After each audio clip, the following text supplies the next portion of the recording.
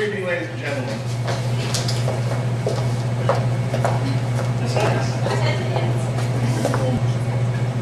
We are the only Jews in Schuylerville, New York. Everybody in town knows this. So it makes sense that they're confused by the well-decorated Christmas tree prominently displayed in our uncurtained living room every year. We are not good Jews.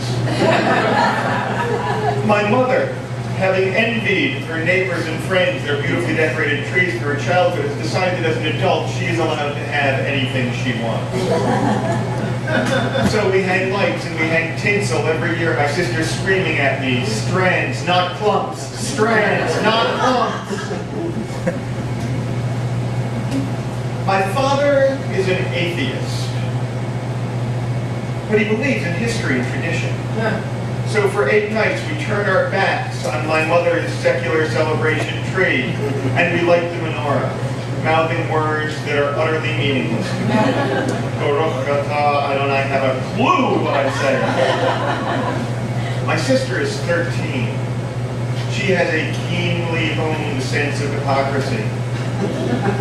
She has figured out that the Judeo-Christian tradition is steeped in sexism. Any celebration is an admission that my parents are not as committed to women's rights as they would have everyone believe. She has figured out that many wars are religion-based. Any nod to any deity is a clear indication that my parents are not as committed to world peace as they would have us believe.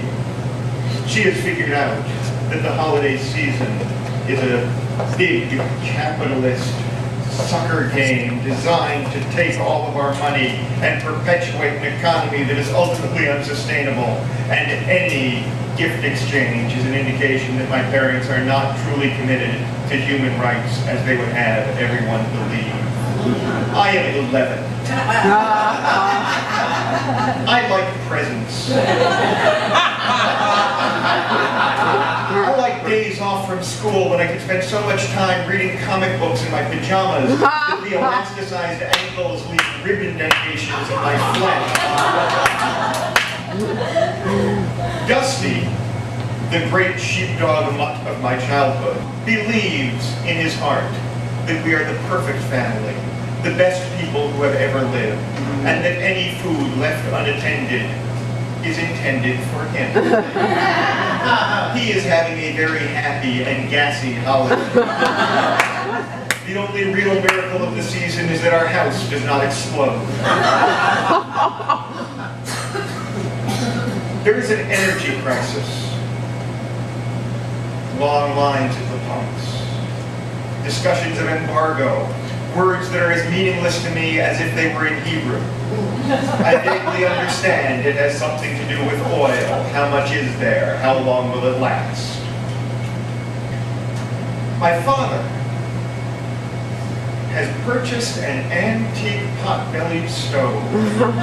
He's paid somebody to set it up with the stovepipes running into the old brick chimney. He is convinced that this is going to save us a great deal of money on heating costs. He's right. It efficiently and effectively heats an 8-foot area around itself. An area which encompasses the thermostat. When the stove is lit, the furnace is off.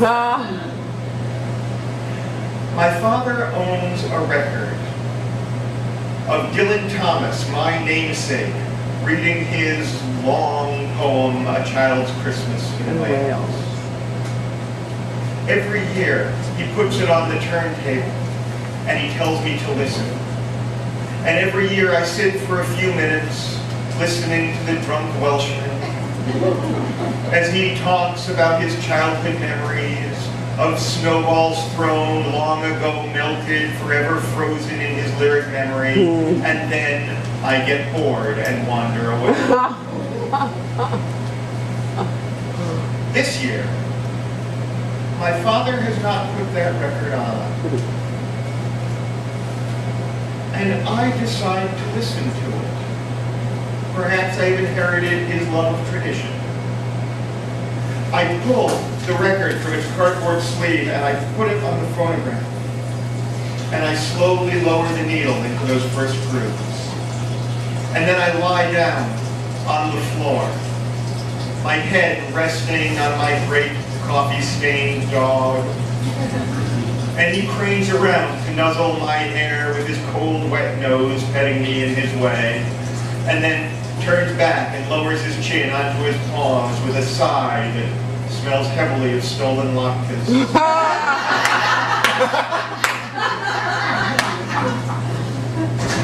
Outside, the white snow falls. Inside, the black vinyl turns.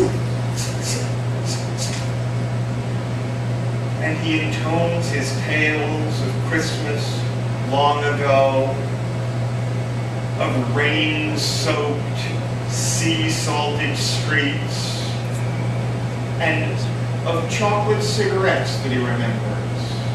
And I'm sure he's got it wrong, because the only cigarettes I know as candy are made of bubble gum. I am 11, and I know everything. But I don't. I don't know that I'm learning to listen. I don't know that I'm learning to love words. I don't know that I'm learning to write. I do not know. As I lie with my head on my dog, my knees pointed toward the ceiling, tiny feet chilled flat against the hardwood floor, that I am freezing moments into my snow globe memories. And in that cold, godless house, these are holy days. Thank you very much.